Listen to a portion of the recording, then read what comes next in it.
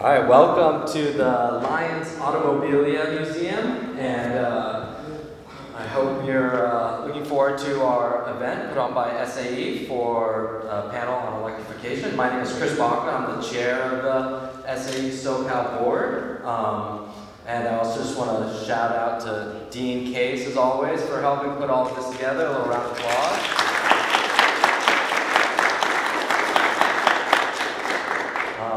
So I just want to thank you all for coming here. We just had a meeting and tours meeting before this, and so we have several exciting events coming up. So we'll see an email coming out about that. We have actually 3 different groups in SAE and SoCal. So we have meetings and tours, one working with student activities and one with communication. So if anyone's interested in getting involved and putting on some events like this, just come and find me afterwards. With that, we have some snacks and beverages in the back, so feel free to go and grab those. And I will let Lana Chrisman, the executive director of Lions, tell you a little bit about the space here today. Thank you. Welcome, everybody. I want to welcome you here to the Lions Automobilia Foundation. We're a nonprofit 501c3, and our mission is to preserve and honor the legacy of racing in Southern California and our car culture. So we're so proud to be working with Dean Case and SAE SoCal and with Motivo and partnering and bringing these opportunities together and bringing these discussion panels together, because it's a great opportunity for all of us as a community to share what we do and to share with the youngsters all the different career possibilities there are out there. So like I say, I'm so proud that we're a part of this with SAE and with Motivo, and I'm so happy that everybody's here tonight sharing this with us. So we are a nonprofit that, like I said, we're a nonprofit based on the preservation of motorsports and car culture. We're a 100,000 square foot found museum with over 160 cars. So it's quite an eclectic group of cars here. You can see we go from the largest collection of wheelies in North America. We have 52 of them in our collection. All the way up to dragsters, funny cars, sprint cars, and boats that used to race at Marine Stadium. So it's a cool, very cool place. We have opportunities if you want to come here and rent the venue. You can do it for corporate events, private events. We have a lot of car events here that we're doing. In May, we're doing a Tri-5 show, and July 12th, if you're familiar with Ed Escuderian, he can come here and join us for his 104th birthday. So we're pretty excited about having him here and being able to enjoy Ed as much as we can. So welcome, thank you for being here tonight, and we look forward to seeing you guys at our many, many other educational programs that we're going to have coming up this year.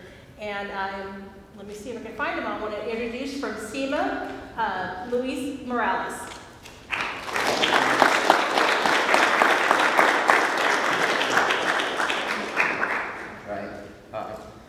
Thank you, everybody, for being here and for having me kick off this evening. My name is Luis Morales. I oversee vehicle technology and product development at SEMA Garage. Typically, when everybody hears the name SEMA, they associate with the SEMA show, and I'll make that connection. But I'll also explain what I do, because I'm not in the trade show business or organization side of the SEMA association. So I'll tell you what I do the rest of the year. So within SEMA Garage, which is my department, we dedicate our careers to helping aftermarket product manufacturers make those products. So that means that if you're a product manufacturer, you have an idea, maybe you're a startup or you're a well-established multi-million-dollar company, you start somewhere. You start with the idea of a product, then you think about the application and how do I go down the path of getting data to make that product fit that vehicle. So we help those manufacturers through different resources. That'd be access to OEM CAD data, 3D scanning, reverse engineering, prototyping, testing to some degree, whether that's testing for the product's quality or also in emissions compliance, if you're familiar with that. So doing some CARB executive order testing and certification. So we do a lot of that in-house, so that's what happens inside of SEMA Garage. So that's really what happens the other 360 days of the year outside of the 5 days at the SEMA show. The other part of my job is I dedicate my time to looking at new technologies that are on board of today's vehicles.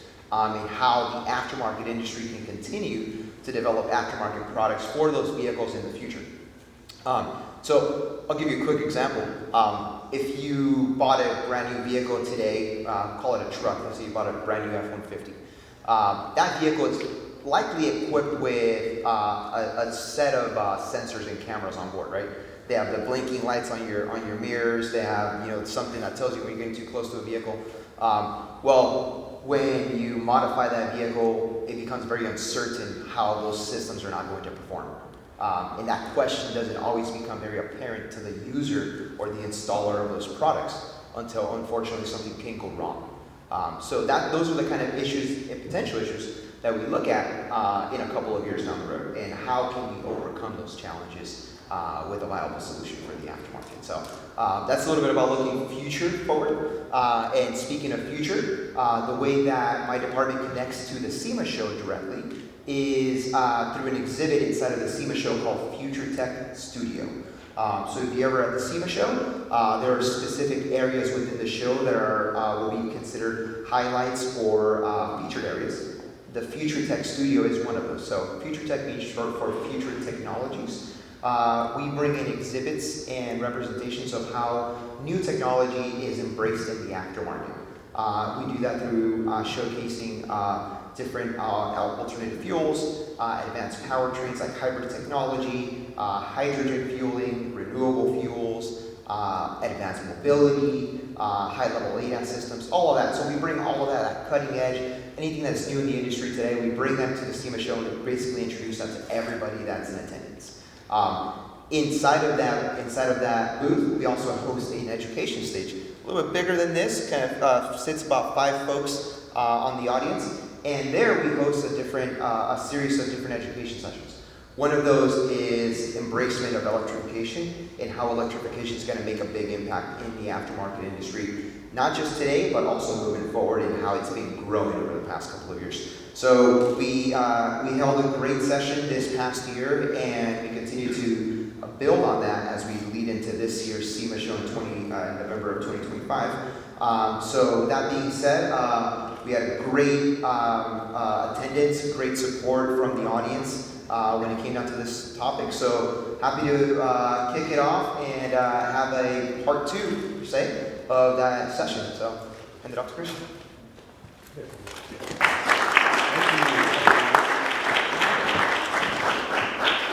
It was a really fun panel, so I'm so thankful for the opportunity to get to do a little bit of a reprise, a remix. We'll cover some new topics, maybe go more into depth on a couple topics. So excited to bring that to you guys here. Real quick before we get into the panel, just a little bit about what we're going to talk about. We'll try to take about, 45 minutes. We'll let each of the folks here give a little bit of introduction to the company, their companies, what they're doing. Then we'll try to open the time up for some questions too. So think of some questions for the panelists when we get to that. Thank you everybody. Thank you SEMA. Thank you SAE. Thank you Lions Club Museum for allowing us here to use this amazing space. I live in Long Beach. My kids are in Long Beach school, so I love all the Long Beach pride here. It's great to see that. And this is just an incredible place to talk about the next generation of technology that's going to be impacting, the automotive industry for years to come. I know it may feel a little sacrilegious to talk about electrification in here to some people, but I'm hoping we're going to help change some minds here if you do feel that way, because it's really just like when you're in your garage. It's all about using the right tool for the right job, right? And so as technology improves, and as we get more powerful motors, as we get better batteries, the space where electric vehicles or electric hybrids are the right tool for the job is growing. And so we're going to hear a little bit about that today. We're not going to talk too much about what's going on in the OEM space. Obviously, they're investing a lot in electric vehicles, in hybrids. There's kind of some adoption curves. Some are growing, some are plateauing. There's tariffs. We're not going to get into all that in this panel. Really what we're going to be focused on is, as electrification continues, as OEM-built electric vehicles and hybrid electrics become more popular, what are all the trickle-down effects? What's all the fallout from that? The new technologies that are available, the new business models that are being enabled, the new infrastructure that's going in. What are all the new opportunities that are coming out of this wave of electrification that is going to make your life more fun? It'll make your project cars a lot more exciting, allow you to breathe new life into that resto mod that you have in your garage in a new and interesting way. So that's what I hope we cover in this panel today. We're going to talk about the resto mods, we're going to talk about electric dune buggies. It's a little bit of an encore of the SEMA panel, but we're going to try to, I know it's maybe a little bit more of a technical audience, so we're going to try to dig in a little bit more on the technology. You can see what these companies are up to. But real quick, before we get started, I want a quick survey of the audience, okay, just to feel you guys out. How many people will admit to owning an electric vehicle or having owned an electric vehicle in the past? Okay? Okay, that's pretty good. I think that's better than SEMA, maybe. How many people in here, it's okay, will never drive an EV, gas for life, don't get that anywhere near me. We're not gonna be offended, it's okay. And how about people, is anyone EV curious? Like, you know, okay, yeah. I think that was the majority of the audience at SEMA too. So we're hoping to breathe some life into those perspectives, give you guys some information, talk about some cool stuff. That's what gets me up in the morning, working on cool projects. That's what we do at Motivo. I'll give a little bit of introduction. Again, my name is Christian Amell. I'm the product director at Motivo. I run about half our portfolio. I spent a lot of my career working on things that fly, and moving to Motivo, getting to work on automobiles, things with 1 wheel, 2 wheels, 4 wheels, 18 wheels. It's just so much fun. The pace of innovation is so fast. The level of excitement from the users, from the companies is just so exciting. It's so fun for me to be a part of. But if you haven't heard of Motivo, in some ways that's good. In a lot of ways, we're the industry's best kept secret. Working on innovative projects, working for big OEMs, working for small startups. But we're literally around the corner. We just moved into a new facility in Rancho Dominguez, aka Compton, just across the train tracks from there, literally. So this is a great drive. We've got a big facility where we like to do all kinds of different projects. I like to kind of call it a Willy Wonka factory for nerds. It's just so much fun if you love technology, if you love doing new things, moving fast. That's really how we hire talent, how we keep our talent. If you have heard of Motivo, it's probably because you watched the Donut Media video where we actually measured the horsepower of a horse. And the way we did that is we essentially put a Honda on a trailer dyno and connected it to the axle, and the horse pulled the winch, and we measured the horse's horsepower directly. It's a very entertaining video. I recommend you go on YouTube, check it out, measuring the horsepower of the horse. But we helped those guys do that video, and that was a little bit of a coming out party. But yeah, we do all kinds of things. It started in the race world. We started with Rod Millen, the race heritage coming out of that. He founded Millen Works. A lot of our early employees came from Millen Works.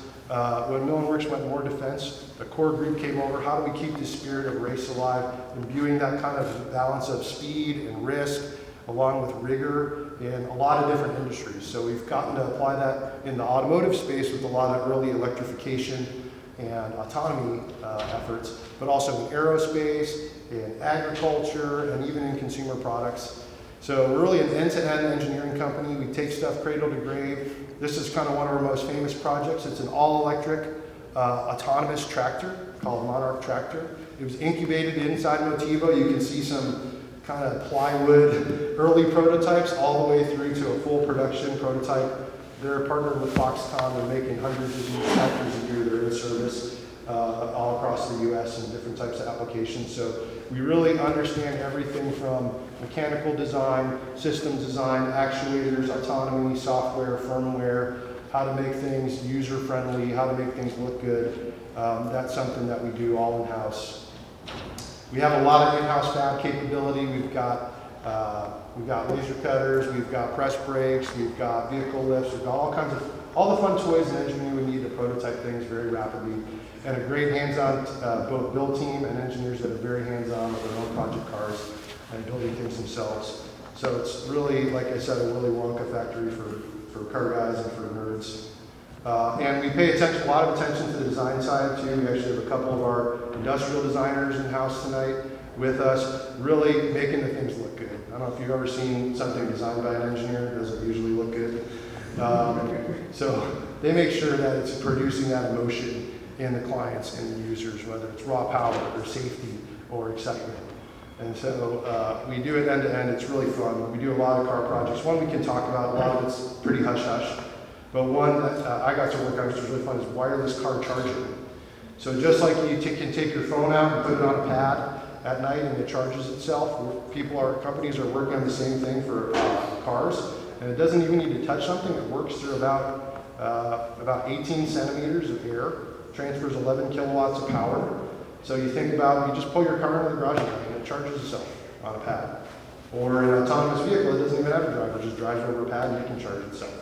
So really cool technologies. We got to hack a couple Ford vehicles to get that working, essentially, but it was a lot of fun, and those things are starting to come out in the market too as add-ons for OEM type vehicles. So that's enough about Motivo. I'm anxious to get to the panel so you can hear about our great panelists tonight. We're going to start with Zach. So Zach is actually a Motivo client. We've immensely enjoyed working with them. Just a ton of energy that he's bringing to the space. He's an engineer by training, like myself, so he brings that technical background, but he's got a great vision, a great understanding of the international implications of all this business. And there's a Wolverine. If there's any Wolverines in the house. Maybe I shouldn't have outed you. That's okay. Go Blues. So I won't talk too much about Zach's company. I'll let Zach introduce you. Thanks, Zach. Hi, everyone. Yeah, I'm just going to go through some quick pictures from my own life to give you guys an overview about me and what our company is trying to do. So I'm here with Formosa EV.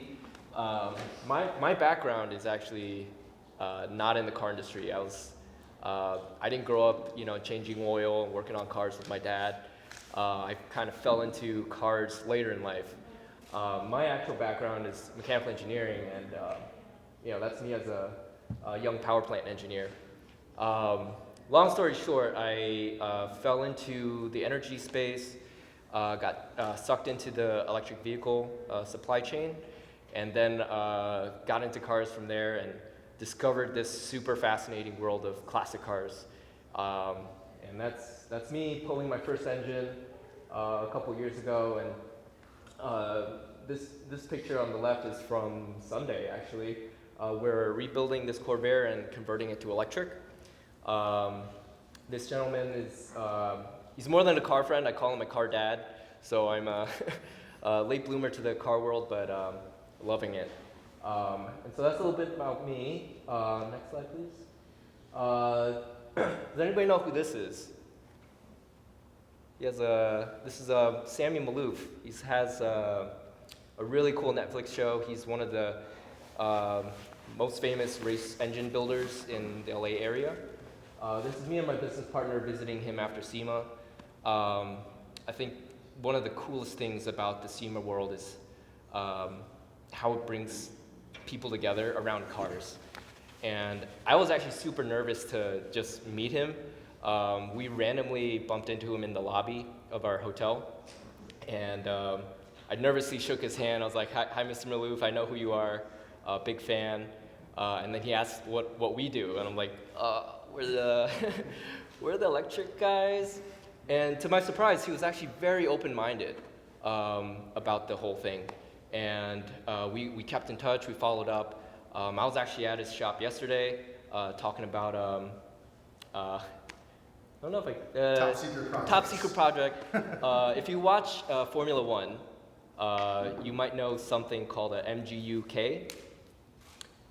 It's essentially an electric booster to their gas engines. And Formula One's been doing this since 2014. And I think it'd be super cool to bring that kind of technology into the street car racing world. So that's where we're doing with Mr. Malouf. Next slide. Oh, back one slide. Okay.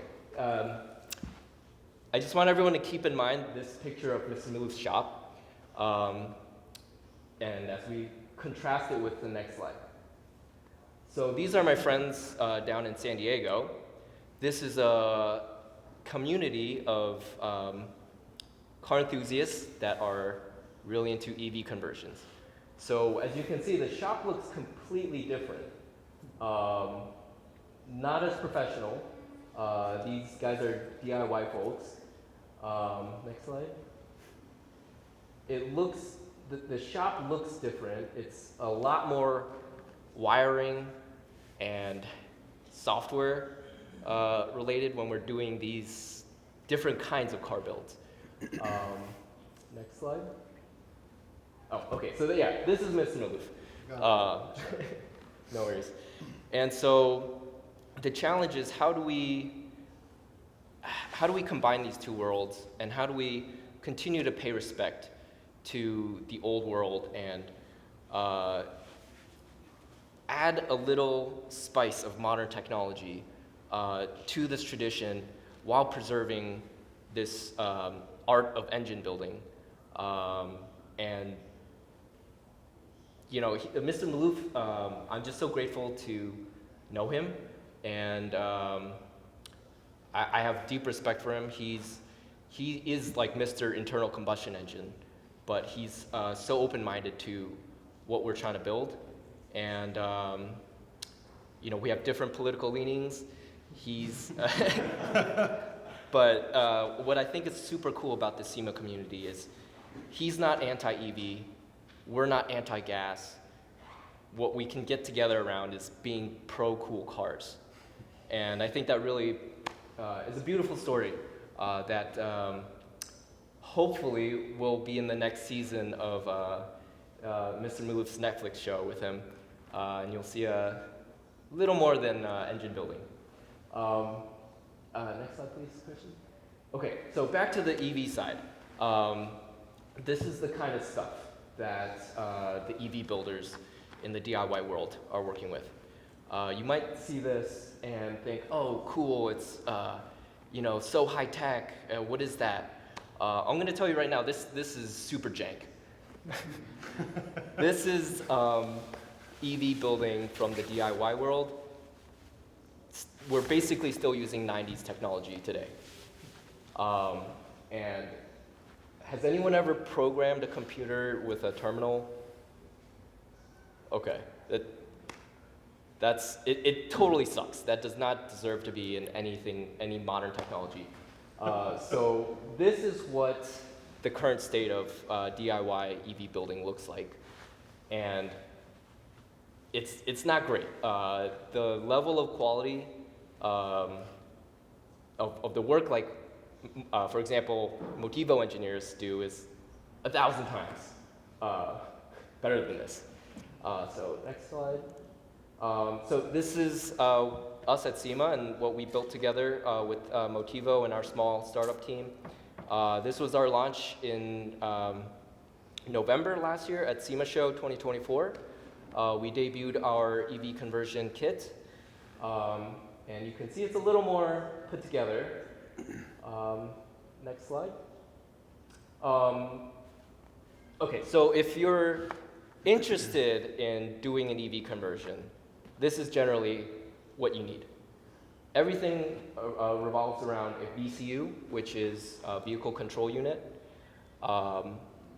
It's analogous to an ECU in a gas car, except there's no more engine that you need to control. The VCU is controlling the entire vehicle, including the motor, the battery pack, the charging system, even some infotainment and driver input and feedback, things like that. So the VCU is the most critical part of an EV conversion. All the other stuff ties into that. And so on the most basic level, you need a battery pack and you need a motor. The battery pack has your energy, the motor turns that energy into a rotating shaft, and it plugs into a transmission just like any other car. In the middle is the vehicle control unit that controls that flow of energy between a battery pack and motor. All the other stuff is somewhat optional. You definitely need a throttle. So you might want air conditioning, but same thing with gas cars. What's the easiest way to put in an air conditioning system? You don't. So ignore that. I've seen people that don't even charge their batteries. They literally do all the charging off board. But we do things a little properly. We have the built-in cooling. And our system makes it plug and play and more user-friendly. Next slide. So these are our four first products. The VCU is the most important and our flagship product. Everything ties around that system. We have motors, batteries, and wire harnesses, and peripheral kits coming in development right now. And next slide.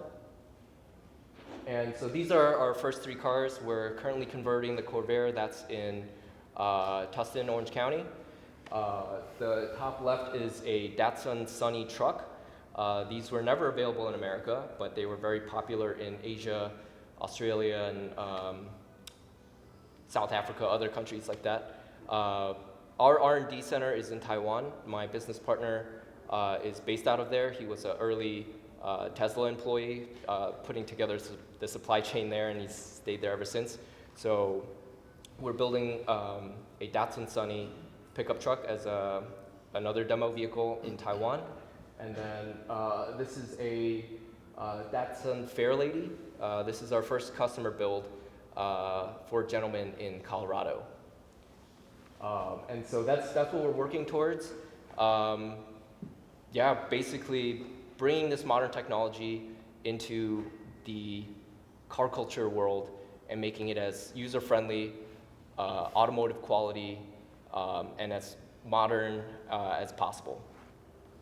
So, thank you.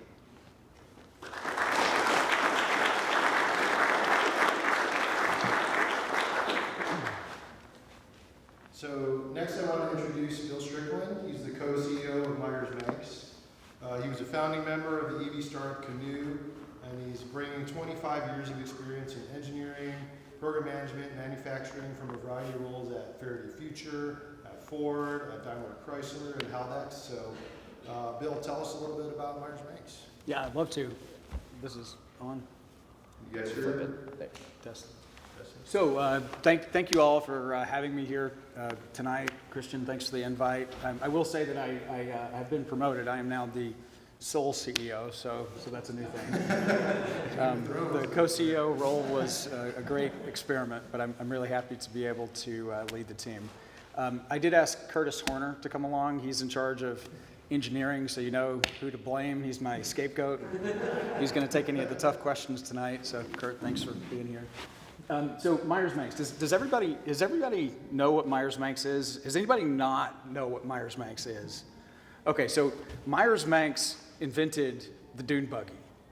And I say that, they really didn't. In the 60s, in the heat of the car culture and, really, quite frankly, a lot of, what's in this museum, it was the same group of people.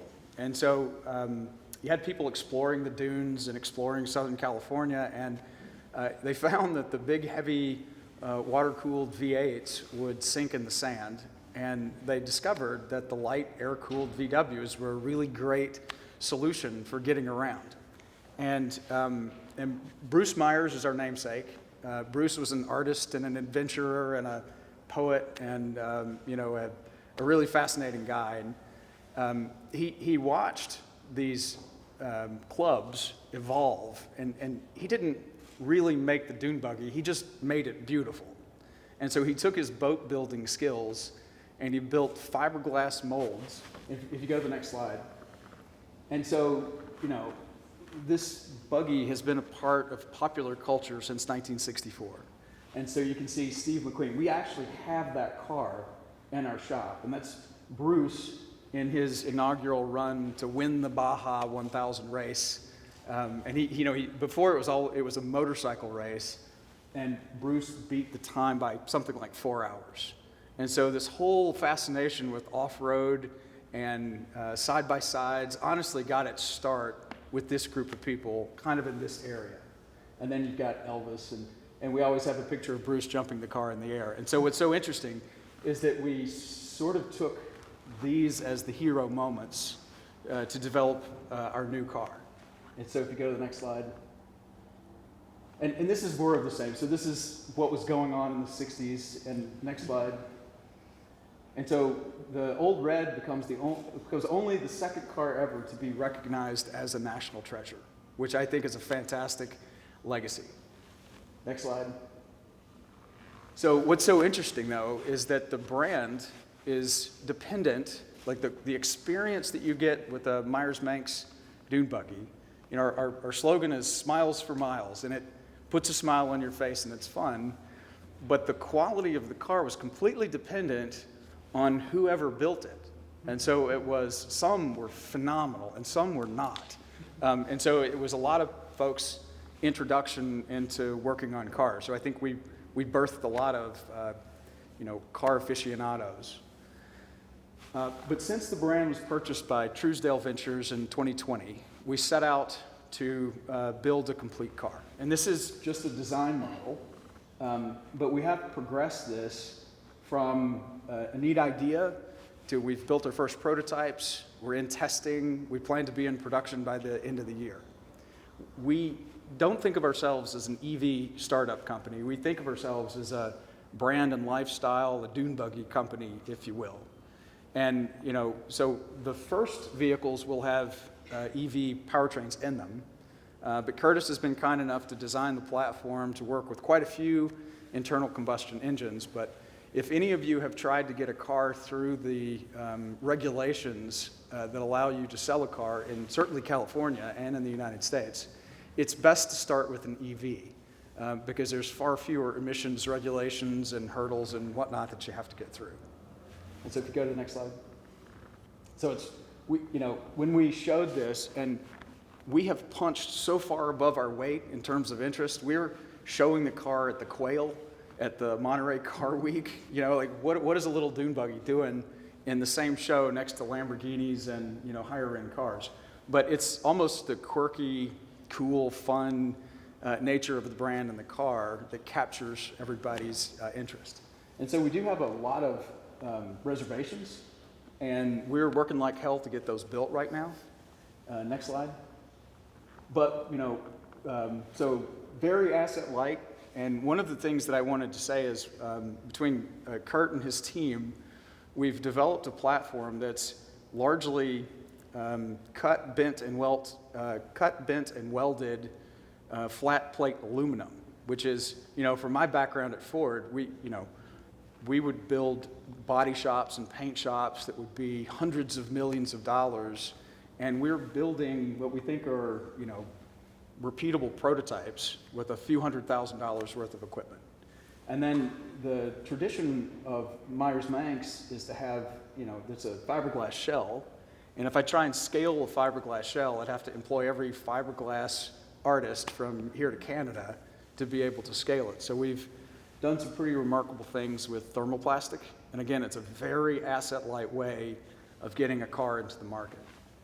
Next slide. We are also, we think of ourselves as kind of a tech incubator. So we're working with a lot of the local companies around. We've got industrial-grade silicone anode battery cells that we are working with a sister company to develop. We've built a radial internal combustion engine motor. We say high throughput software defined phased arrays. It's one of the VCs that we work with's technology. It has nothing to do with the dune buggy, but it's an interesting thing to try out. When you approach a OEM with, hey, I have a new idea, they say, well, where did you implement it first? And in a lot of cases, we're trying to do that. We're working with ExxonMobil and Divergent and some other companies to try and offer a place to prove out some technologies. Next slide.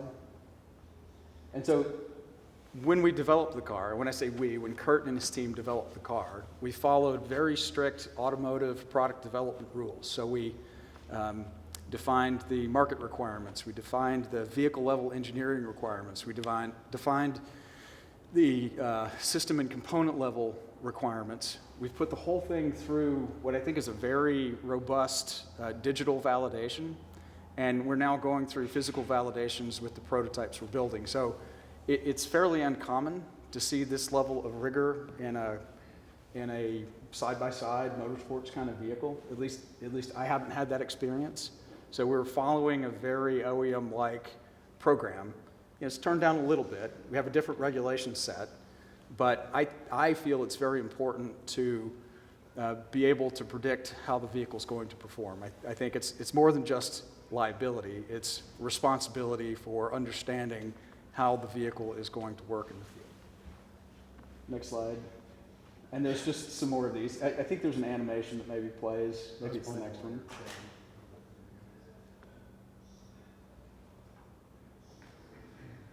And then next slide. Next slide. Yeah. So we went through full, nonlinear analysis to predict frontal crash and side crash and rear crash. Again, we're trying to develop this car so that we understand what's going to happen in the field, so it's very predictable. Next slide. So that's the rear rigid barrier. Next. This is the, we want to make sure that in a 20 mile per hour rear impact, there's no damage to the battery. Next. There's a side pole impact. I think the animation is the next slide, possibly. Next. So this is our team, very small team.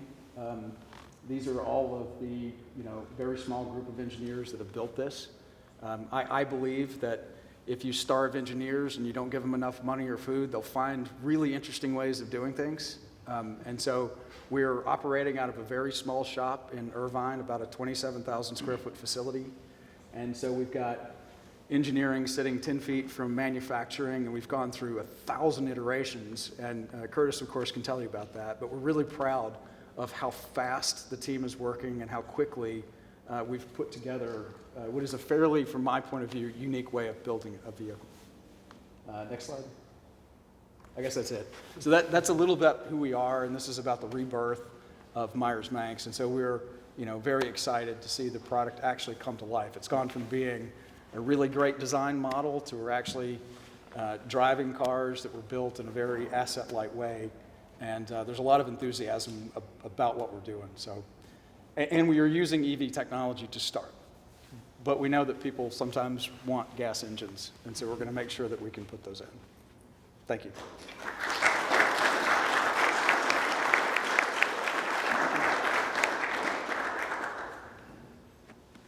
So I think we got a little bit of time left. Maybe I'll start off with one of my questions, but why don't you guys think of some questions for the panel, and we'll do that next. I guess,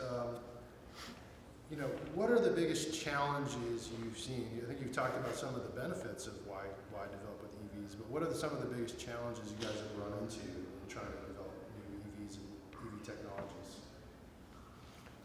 Well, so for us, we're trying to scale to about 5,000 cars per year. And so I'll say one of the big challenges has been supply chain. It's been finding the right technology. It's been integrating.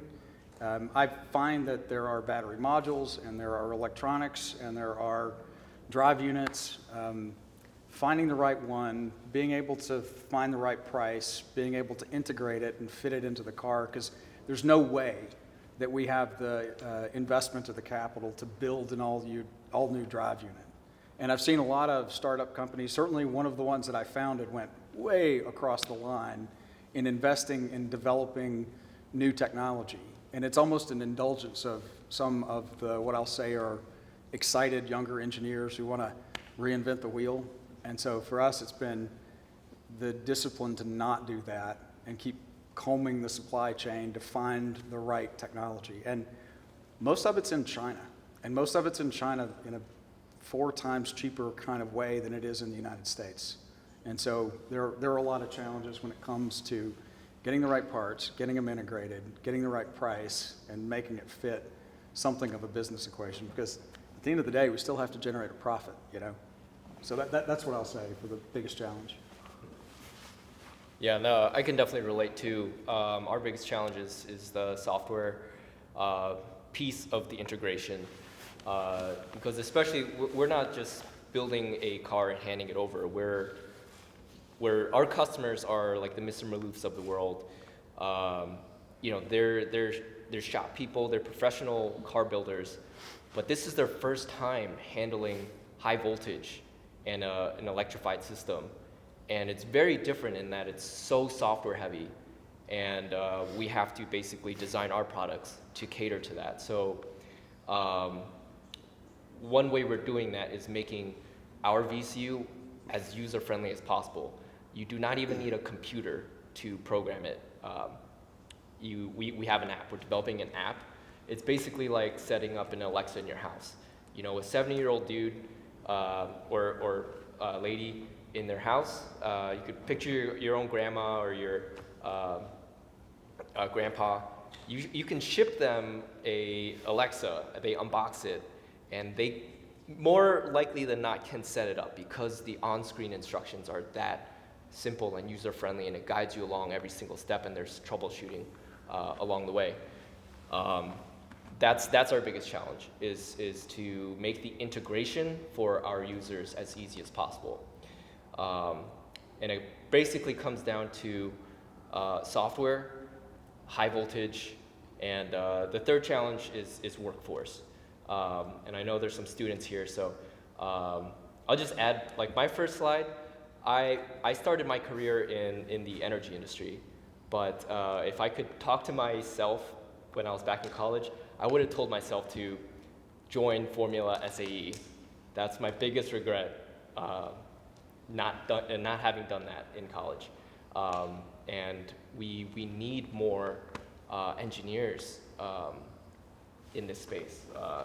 Like Christian, Motivo is expanding like crazy. You know, if you did Formula SAE Electric in college, Christian definitely wants to hire you. I definitely want to hire you. Yeah. Bill wants to hire you. Starting a bidding war. Yeah, I can't pay as much as these guys, but you know, come talk to me anyways. Yeah, so those are the three biggest challenges for us: is the software, handling high voltage, and the workforce. Great. Questions from the audience? Anybody? Yeah, and then you. Try to phrase it so you can answer.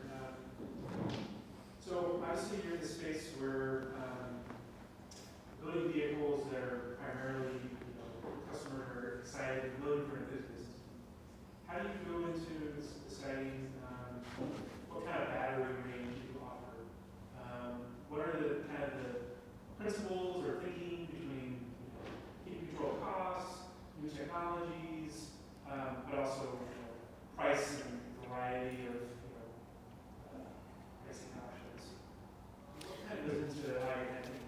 And I realize you may not be there yet, but I'm sure you're thinking. One second before, I'm going to repeat it. I think I was asked to repeat the questions for the recording, which is, I guess, how do you balance all these different things, new technologies, cost, user needs, specifications? What's the process of thinking through those things and balancing them?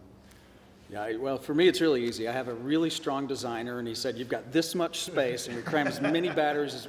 No, it's a complicated thing. It's understanding your customer, and so we've got a dune buggy, and you recognize that most of the range calculations are based on a commuter's sort of schedule, and you have to talk to your customer, and you have to understand your customer. Now, I think if we get much over 150 miles of range in a dune buggy, that's about as long as you want to ride around in a dune buggy. And so that seems to be borne out with talking to the customer. But then there is a physical package space requirement. And Curtis has done a really great job of cramming a lot of batteries in. But we're at a 40 kilowatt hour pack, and we're using, we're not at the iron phosphate. We're using more expensive battery chemistry to start. And we think it balances. It's just, I wish there was an easy answer, but you have this much space and you have that many batteries, and hopefully that fits what your customer needs, or you have to make the car bigger. Yeah, the batteries one is always an interesting conversation, especially when initial conversations with customers or people just fantasizing about doing an EV conversion. There are always askings like, oh, well, I want at least 200 miles of range. Well, first of all, it's very difficult. Modern OEM EVs are purpose designed. They typically have their entire battery pack in the floor pan, and that's just simply not possible for 90% of EV conversions. Basically, we cram battery packs into every single nook and cranny that we can. If you can fit 200 miles worth of battery packs in the first place, often you can't. And the second consideration is price. Batteries are the most expensive part of doing these builds, and that's just the reality. If the customer demands it has to have 200 miles range, Put it in the trunk? yeah, we'll throw them in the trunk. We'll get rid of the back seat. We'll do what we have to. It's also $20,000 just for the batteries, and then more to actually properly enclose them, wire them up, and then you add your motor, your VCU, your all this and that.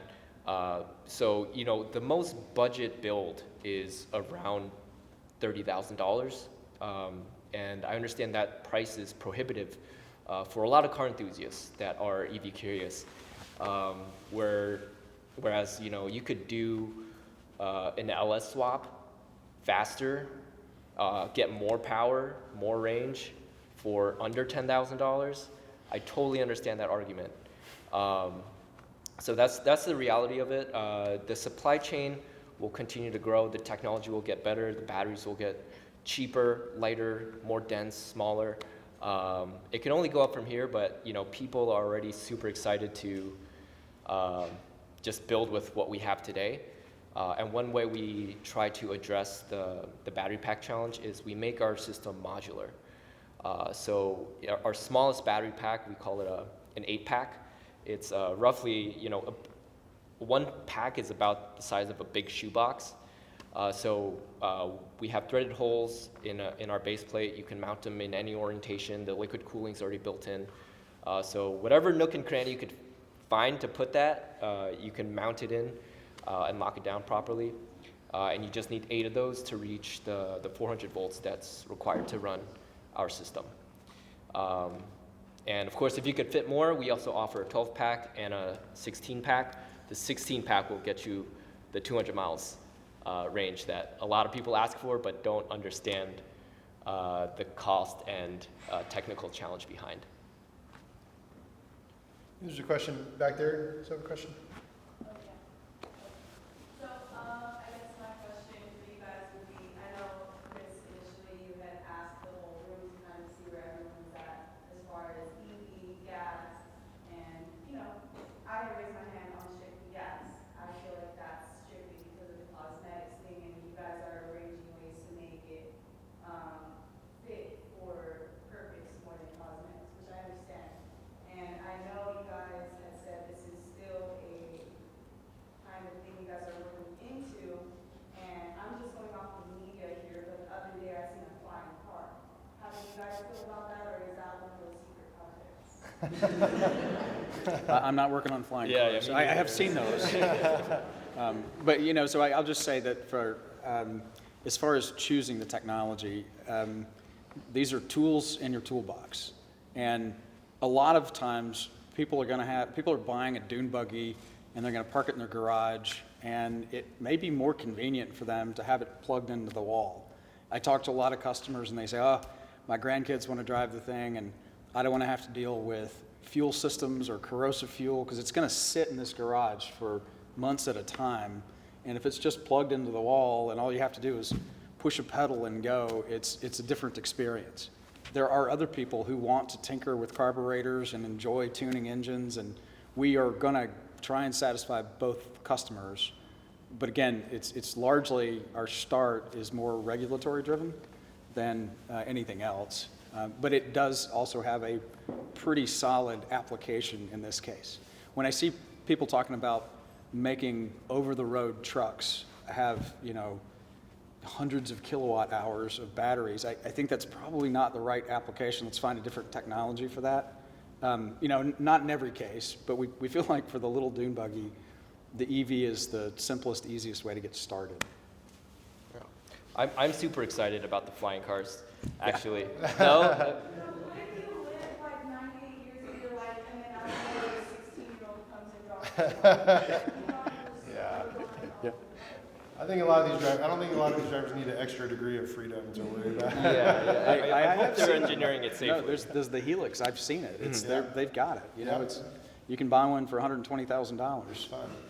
I think, we do work in that technology in Motivo, and a lot of it will be pretty point to point, like LAX to Pasadena, LAX to Irvine.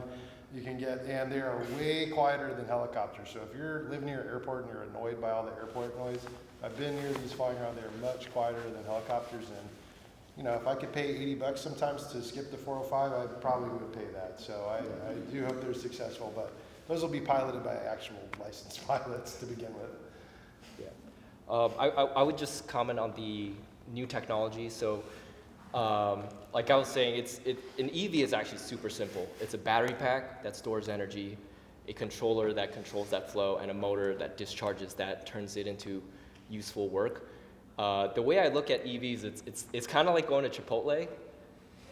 You can order a burrito or a quesadilla or tacos.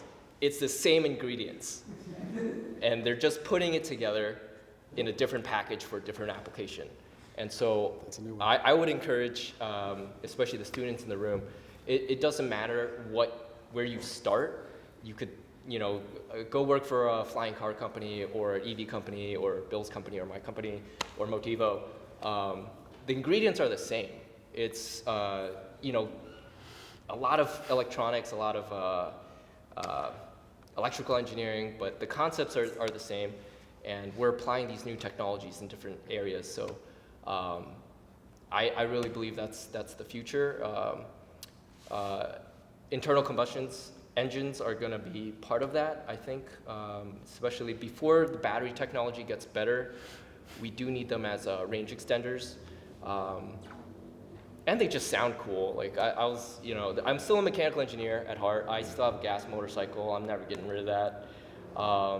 And yesterday when Mr. Malouf started up like one of his cars, there's a part of me, that, itches like when I hear that.